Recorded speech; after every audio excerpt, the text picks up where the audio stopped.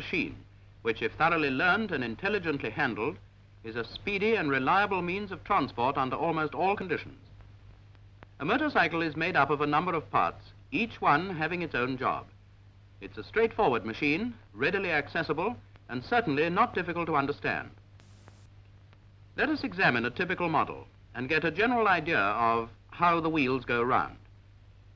The tank contains the fuel, petrol, which runs down a pipe to the carburetor.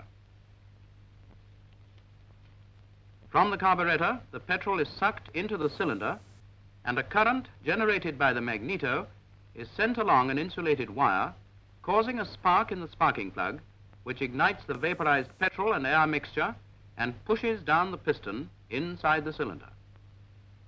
This diagram will explain how the four-stroke cycle is applied to the motorcycle. The petrol and air is sucked in, compressed, fired by the spark and pushed out through the exhaust. Induction, compression, power, exhaust. Induction, compression, power, exhaust. The spark at the plug explodes the mixture which pushes down the piston. This in turn pushes down the connecting rod, which is attached to the main shaft which drives the chain connected to the gearbox.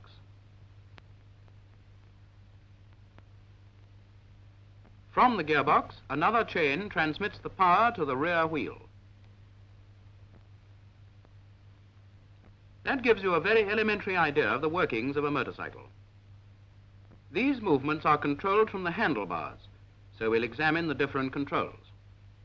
On the left are three controls: ignition control, exhaust valve lifter, and clutch lever. This is the ignition control lever. It is used to advance or delay the spark which ignites the vaporized petrol, which you saw in the diagram just now. On this machine, you advance by moving it towards you and delay by moving it away from you. On some machines, the actions are reversed. Underneath is the exhaust valve lifter, which raises the exhaust valve off its seat and allows the piston to be moved over compression for starting. This cutaway model shows the exhaust valve on the right as it is being raised off its seating. The exhaust valve closes when the lifter is released. Here is the clutch control. By moving it like this, the clutch becomes disengaged and so allows the rider to change gear. A skeleton clutch shows the action of the clutch plates as they are opened and closed. On the right are three more controls: the air lever, the throttle, the front brake. On top is the air lever controlling the strength of the petrol and air mixture. Toward you is the open position to weaken the mixture for normal running, and away from you is the closed position to enrich the mixture for starting. The throttle control is a handlebar grip which rotates round the handlebar. It governs the speed of the motorcycle. To increase the speed, it must be turned towards you. To decrease the speed, it is turned away from you. The last handlebar control is the front brake. In its normal position, the front brake is off. But gripping it like this operates the brake.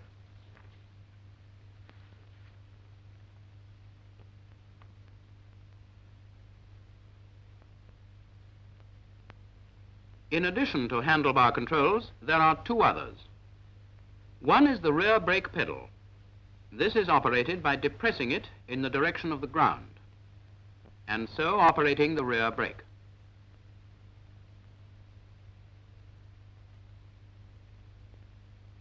On the other side of the machine is the change gear control lever, which is used to select the gear required. On most machines, the position of this can be adjusted. Neutral and 4 gears are marked on the selector cover. 1, 2, 3, and 4. The gear control lever must work in conjunction with the clutch control. So for each gear change, the rider must declutch and lift the gear lever to the full extent of its travel to select bottom gear. When the gear is engaged, the clutch control is released. Now to change from bottom to second, and so on up to top gear. The only difference is that the gear lever control is depressed instead of lifted. The act of moving the gear lever, as you see in this skeleton box, causes the gear wheels to slide along the shaft, and each time a change is made, a new sequence of gear wheels is engaged. After each engagement, the clutch control is released. The same movements are used through the gear changes until finally top gear is engaged.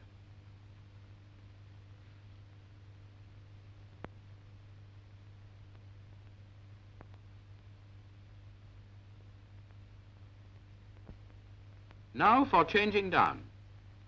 The gear control lever is lifted for each change.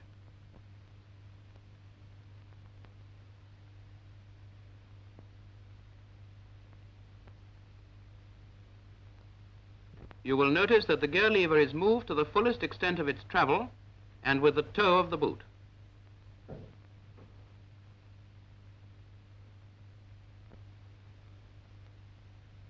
The movement of the gear lever to neutral is downward and comparatively short. On some types of machines, the selection of the gears is reversed. With this machine, for instance, you lift to change up into a higher gear and depress to change down. In other words, up for up and down for down.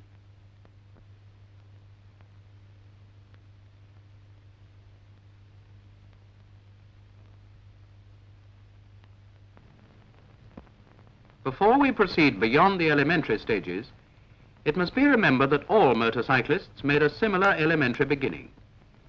Even famous road racing riders had to be taught the whys and wherefores of a machine before they could learn even to ride at all, let alone reach this pinnacle of riding control.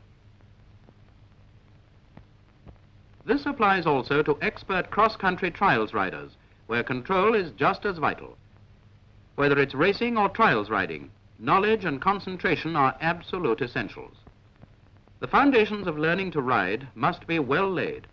A bad habit at the beginning is very difficult to cure, but a good habit is never lost, and it's just as easy to learn. Every one of those fine motorcyclists started his riding career like this, getting the feel of the machine when he got astride it for the first time. This pupil is already finding that the whole secret is a balanced machine with its weight in the right place, on its wheels. This elementary lesson is important because it helps to give the learner self-confidence. By wheeling the motorcycle about, you can get its weight and find that, though it is of course much heavier than a cycle, it is not unwieldy, but a well-balanced machine. As long as you can keep it balanced on its wheels, a motorcycle can be controlled with little strength. But once let it lean too much to one side or another, then strength, and great strength only, can save the situation. There is a right and wrong way of putting the machine on the stand. This is the wrong way, because he's trying to lift the machine. The motorcyclist must learn to manhandle his machine with a minimum of fatigue.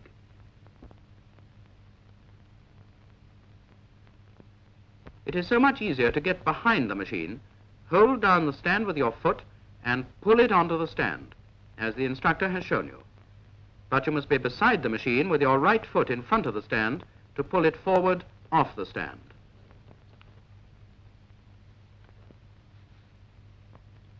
By taking your first trip under man instead of machine power, you can soon learn to keep your balance, because you only have balance to think about. The novice wobbles a bit on his first attempt, which is quite natural, but he still keeps his feet on the footrests. It is surprising how quickly the balance is found, and with that discovery comes your confidence. In addition, at this stage, you will learn to operate the brakes without looking or groping for them. The handlebars and footrests are adjustable, so be sure that they're comfortable. These obviously do not suit this rider. The handlebars are too low, and they should be adjusted. That's much better. They're higher now, so that the grips come naturally to hand. Now for footrests. These are too high. They should be as low as possible to give the greatest comfort and the maximum control. They've been lowered now, and in a position which allows the rider to poise himself on them without pulling on the handlebars. Don't sit with tense muscles and a straight back. This would mean your spine taking all the jolts. So sit well back and relax the muscles. A crouch is perhaps the most apt description. Adopt this position and you'll be able to cover long distances without fatigue. Delay the spark by retarding the ignition. Be sure you are in neutral gear.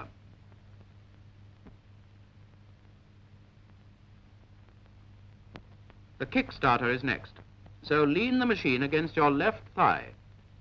Place your foot on the kickstarter and press down so that the kickstarter mechanism is engaged.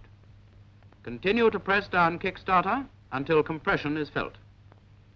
Just 3 more operations. Lift the exhaust valve lever to release compression. Slightly depress the kickstarter to ease the engine over compression. Release the exhaust valve lifter. With the actual start, he gives a long swinging kick assisted by the whole weight of his body, keeping his foot on the kickstarter and allowing it to return to its normal position. Another start. Full weight of the body, left foot leaving the ground, but don't overbalance. This is better, but he should have held the kickstarter down until the engine fired. Another common fault with beginners is to jab at the starter with the foot sliding off. You can't get a full-length kick, and a backfire can cause a badly bruised or broken leg. It's not difficult if you always give a full-length follow-through kick. Now let's run over the movements again, as a trained motorcyclist does it. The petrol is already turned on. The engine being warm, he doesn't flood the carburetor or the mixture will be too rich. So open the throttle a little, close the air, retard the ignition, find compression, raise the exhaust valve lifter, ease compression, then a long swinging follow-through kick. Once started, the ignition lever should be fully advanced. When the engine is warmed up, it doesn't take long on most machines, the air control is opened to its full extent. This gives a normal running mixture. Normally, the throttle is now the only necessary control of speed. Turn it towards you to increase the speed and away from you to slow down. When a slow tick over is needed, retard the ignition. Now, for the first time, the learner is going to move the machine under its own power. Again, this should be practiced as a routine. Lift your foot from the ground to the footrest. D-clutch. Engage bottom gear and return your right foot to the ground. Now increase the engine speed slightly by opening the throttle. Then let in your clutch, but not suddenly like that. Now, while the rider is restarting, here is a guiding principle for moving off smoothly. As you gradually let in your clutch, gently open your throttle at the same time, and that's what the instructor is telling this rider. The feet should be placed on the footrests immediately you're underway, and as you proceed, resist any temptation to put your feet to the ground. Your throttle now controls your speed. Treat it with respect, open it gently and close it gently, and always avoid the flashy use of the throttle so dear to the young, sporty boy with his first motorcycle.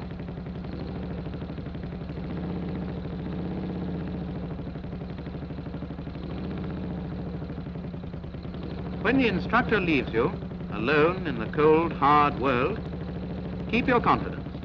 If you have retained the elementary lessons you've been taught, you have nothing to be afraid of.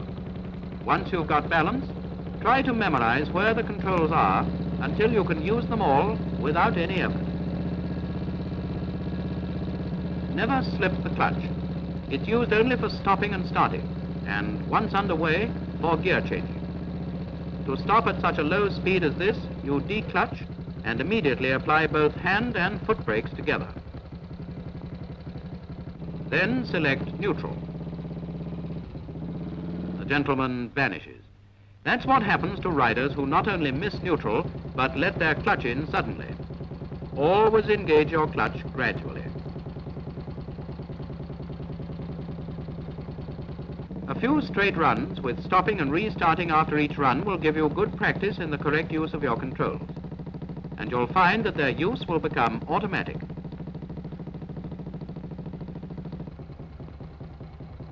Proper use of clutch and throttle gives a smooth start. Now, for stopping, never try to stop the machine with your feet. Let your brakes do that, and only put your feet to the ground when the machine comes to a standstill. Continue practicing this stopping and restarting, and when you're quite confident, you can then leave the straight path and go on to curves. The best start is a wide circle, and this will teach you to control the speed of the machine and balance it at the same time. Be content with the larger circles and curves until you can control your speed without any conscious effort. That is, until you can devote all your attention to balance.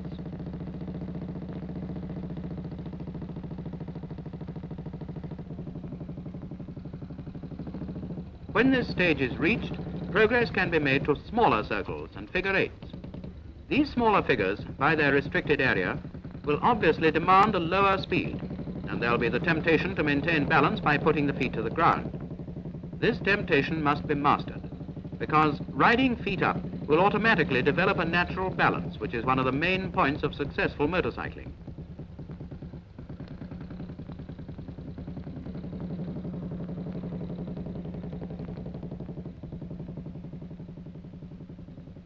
So far, only bottom gear has been used. Gear changing is the next stage. If you have to go on a road for this, choose an open road and a quiet one. Once underway, the second gear is engaged. So that you can see the smoothness of good gear changing, let's see it in slow motion. He slightly opens the throttle, disengages the clutch, simultaneously closing the throttle, and presses down the pedal. The clutch lever is slowly released and the throttle reopened. Once again, open throttle, disengage clutch and close throttle, depress pedal to full extent, release clutch and open throttle. In changing up, always use the sole of your foot, never the heel, and do not stamp, but press and make the movements deliberate. The whole movement should be almost imperceptible.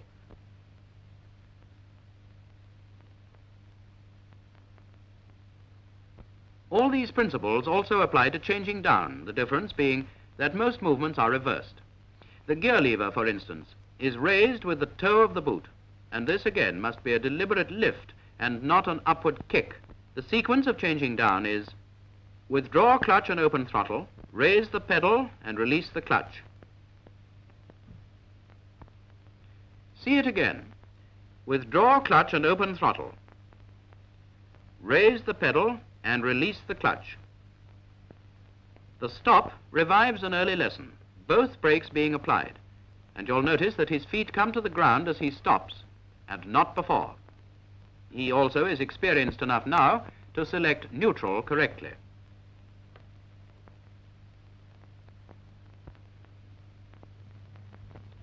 This practice in gear changing gives increasing confidence to a rider, and once it has been well mastered, you can devote your whole attention to the road, which may include bends and inclines. At first, keep to a steady speed and on a fairly quiet section of road, and always keep in your own quarter. A word of warning, however, as your confidence increases, do not be tempted to show off. The hallmark of good riding is make all movements in controlling your machine imperceptible, and your progress along the highway unobtrusive. Remember, arterial roads are not racetracks, and roundabouts are made for the safety of road users, and not as a demonstration ground for flashy riders. So don't show off. So another step forward is taken, with the road and light traffic conditions being successfully accomplished. You are now ready to face busy traffic, and there's nothing like a town to give you that. This is where your study of the highway code should be most useful, as in your first busy traffic it is easy to give a wrong signal, like that. You know the system of traffic lights, and if you take it quietly, there is nothing to worry about. You have complete control of your machine, and that gives you confidence. Another point, watch out for street signs, as there are many one-way streets in every town today.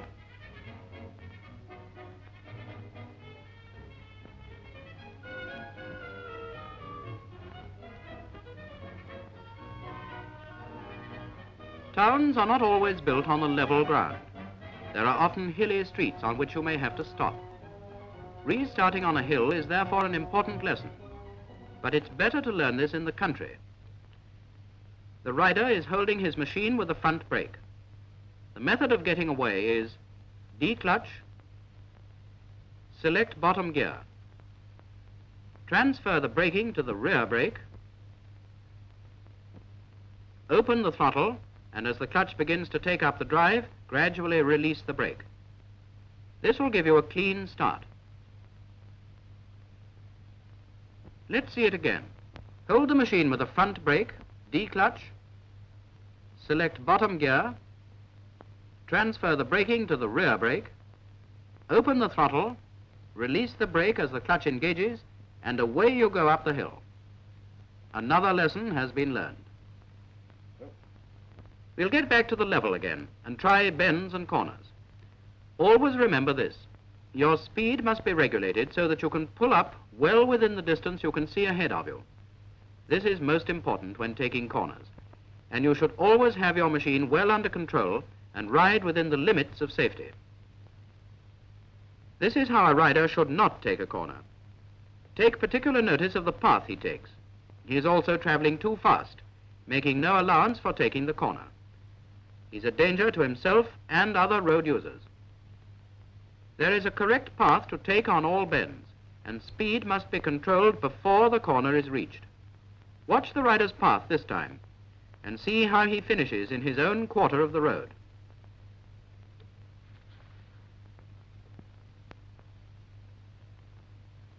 The principles remain the same, whatever the road surface.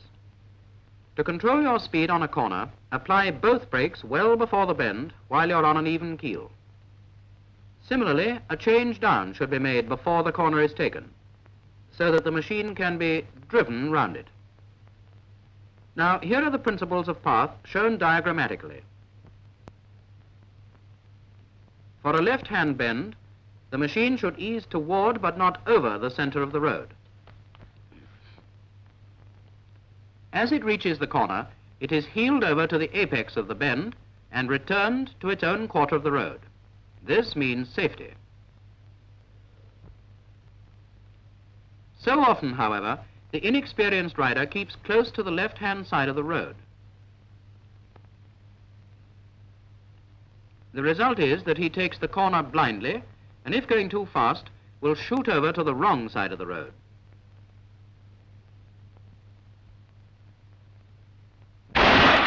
Similarly, with a right-hand bend, there is a great temptation to get over to the center of the road and cut the corner. Obviously, this is dangerous to both rider and oncoming traffic. Now see the difference when the correct path is taken. The corner must be approached in the left-hand gutter and the machine kept in the left-hand quarter of the road all the way round the bend.